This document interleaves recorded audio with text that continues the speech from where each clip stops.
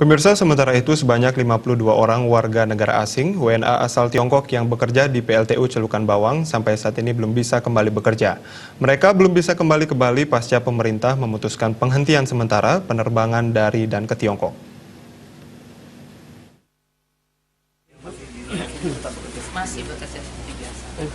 Sebelumnya, Vice Manager General Affairs Departemen PT General Energi Bali, Indriati Tanutanto mengatakan, sebanyak 56 dari 162 TKA yang bekerja di PLTU Celukan Bawang pulang ke Tiongkok pada pertengahan Januari untuk merayakan Tahun Baru Imlek. Dari 56 orang tersebut, sebanyak 4 orang diantaranya sudah kembali ke Bali pada 1 Februari lalu. Namun pasca merebaknya virus corona, keempat orang tersebut terpaksa harus dikarantina selama 14 hari. Meski demikian, Indriati menegaskan keempat orang tersebut saat ini dalam kondisi sehat. Indriati menegaskan hingga saat ini tidak ada satupun karyawan khusus yang berasal dari Tiongkok terjangkit virus corona. Sejumlah langkah antisipasi dilakukan PLTU Celukan Bawang untuk mencegah penyebaran virus corona.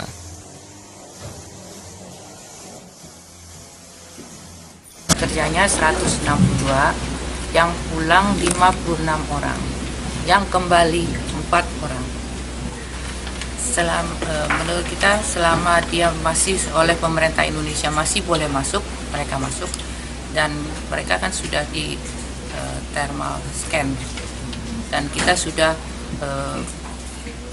bawa mereka untuk general check up. Terus untuk yang lainnya kapan mereka bisa kembali bekerja? Menunggu izin pemerintah Indonesia memperbolehkan tenaga asing masuk. Bu, ini kan ada 52 yang belum kembali, Bu. Nah, itu mengganggu operasional PLTU sendiri nggak? Tidak mengganggu sama sekali.